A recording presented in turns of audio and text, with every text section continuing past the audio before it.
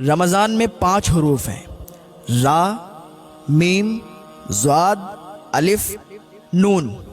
را سے مراد رحمت الہی ہے، میم سے مراد محبت الہی ہے، ضاد سے مراد ضمانت الہی ہے، الف سے مراد امانت الہی ہے، اور نون سے مراد نور الہی ہے۔ اور رمضان میں 5 خصوصی عبادتیں ہوتی ہیں: روزہ، تراویح، تلاوت قرآن، اعتکاف اور شب قدر کی عبادت۔ تو کوئی اگر سچے دل سے یہ 5 عبادتیں کرے وہ ان 5 انعام کا مستحق ہے، یعنی رحمت الہی اس کے قدموں کا بوسہ لے گی، محبت الہی سے اس کا دل سرشار ہوگا، میدان قیامت میں اللہ اس کا ضامن ہوگا، محشر کے تمام خوف سے وہ امن و امان میں ہوگا، اور مرنے کے بعد اس کی قبر میں نور ہی نور ہوگا۔ رمضان کا مہینہ بے شمار فضائل و برکات کا حامل ہے۔ اس ماہ کی بزرگی اور رحمت کا اندازہ اس بات سے بھی لگایا جا سکتا ہے، اللہ تعالیٰ نے اپنے بندوں کی ہدایت کے لیے قرآن پاک کا نزول اسی مہینے میں کی۔ حضرت سلمان فارسی رضی اللہ تعالیٰ عنہ بیان فرماتے ہیں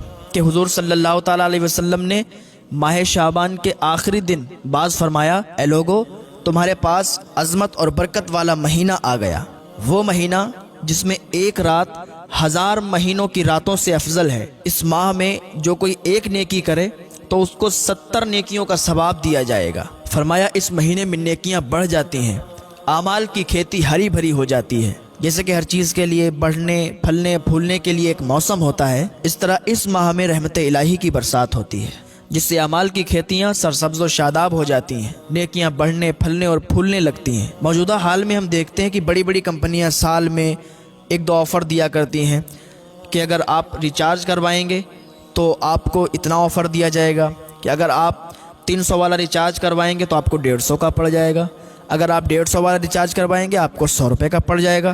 تو اس طریقے سے موجودہ حالات جو چل رہے ہیں، کمپنیاں آفر دیتی ہیں اور ہم لوگ انہی آفروں میں لگے ہوئے ہیں، ہم لوگ انہی آفروں کے پیچھے بھاگتے رہتے ہیں، ایک دوسرے کو شیئر کرتے رہتے ہیں، ادھر بھیجتے ہیں، ادھر دوستوں میں شیئر کرتے ہیں، آفرز کے پیچھے لگے ہوئے ہیں۔ مگر افسوس کہ ہم اس شاندار عظیم خدائی آفرز سے بے خبر ہوتے ہیں جو اللہ رب العزت کی جانب سے ہمیں رمضان کی شکل میں عطا کیا گیا ہے۔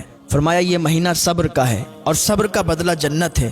اس ماہ میں مومن کا رزق بڑھا دیا جاتا ہے۔ اس مہینے میں اگر کوئی روزہ دار کو افطار کرائے تو اس کے گناہوں کے لیے یہ مغفرت ہے، اس کی گردن آگ سے آزاد کر دی جائے گی، اور اس روزہ افطار کرانے والے کو بھی ویسا ہی ثواب ملے گا جیسا روزہ رکھنے والے کو ثواب ملتا ہے، اور روزہ دار کے ثواب میں کوئی کمی نہیں ہوگی۔ صحابہ کرام نے حضور صلی اللہ تعالیٰ علیہ وسلم سے عرض کیا، یا رسول اللہ صلی اللہ تعالیٰ علیہ وسلم، ہم میں سے ہر کوئی اتنا طاقتور نہیں ہے مالی اعتبار سے کہ افطار کرائے۔ فرمایا یہ ثواب ہر اس شخص کو ملے گا جو 1 گھونٹ پانی یا 1 کھجور سے ہی افطار کرا دے، یعنی کوئی اتنا مالدار نہیں ہے کہ وہ اعلیٰ انتظام کرے، بڑا انتظام کرے روزہ افطار کرانے کے لیے، مالدار کوئی نہیں ہے، نہیں کر سکتا ہے، تو وہ 1 کھجور یا 1 گھونٹ پانی ہی کسی روزہ دار کو دے دے اور اس کا افطار کرا دے، تو اس کو ویسا ہی ثواب ملے گا جیسا بہت بڑا انتظام کرنے والے کو ثواب ملے گا، اور روزہ دار کو ثواب ملے گا ویسے ہی 1 گھونٹ پانی یا 1 کھجور سے افطار کرانے والے کو بھی ملے گا۔ حضور صلی اللہ تعالیٰ علیہ وسلم نے ارشاد فرمایا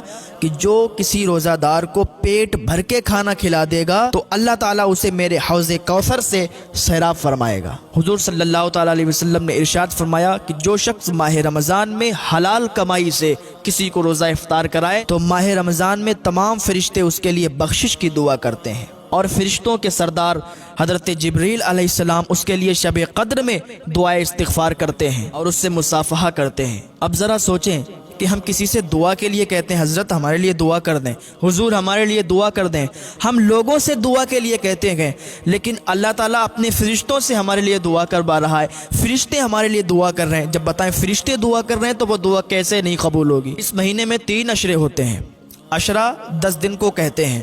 فرمان علی شان ہے یہ وہ مہینہ ہے جس کا پہلا عشرہ رحمت کا ہے، اور دوسرا عشرہ مغفرت کا ہے، اور تیسرا عشرہ جہنم سے آزادی کا ہے۔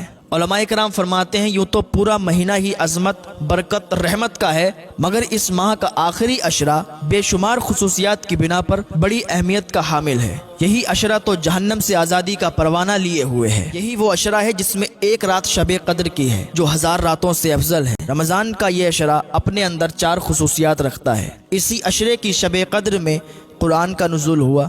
نمبر 2، یہ رات 1000 مہینوں سے افضل ہے۔ نمبر 3، اسی عشرے کی شب میں سید الملائکہ حضرت جبریل علیہ السلام تمام فرشتوں کے ساتھ زمین پر اترتے ہیں۔ نمبر 4، یہ رات تمام تر اپنی رحمتوں برکتوں کے ساتھ صبح صادق تک سایہ فگن رہتی ہے۔ رمضان کا آخری عشرہ اس لحاظ سے بھی بہت اہمیت کا حامل ہے، یہ عشرہ اعتکاف کا عشرہ ہے، جو تمام انبیاء علیہ السلام کی سنت ہے اور فرض کفایہ بھی ہے کہ اگر پورے شہر یا بستی میں سے کوئی ایک آدمی بھی اعتکاف میں بیٹھ گیا تو تمام لوگ بری الذمہ ہیں، اور اگر نہیں بیٹھا تو سب گناہگار ہوئے۔ حدیث پاک میں ہے کہ قیامت کے دن ایک شخص دوزخ میں ڈالا جائے گا تو جہنم کی آگ اسے دور بھاگے گی۔ دروغہ جہنم حضرت مالک علیہ السلام اس سے کہیں گے تو اسے کیوں نہیں پکڑتی، اسے کیوں نہیں جلاتی؟ جہنم کی آگ کہے گی میں اسے کیوں کر پکڑوں، اس کے منہ سے تو روزے کی بو آتی ہے۔ دروغہ جہنم اس سے پوچھیں گے تو روزہ دار تھا؟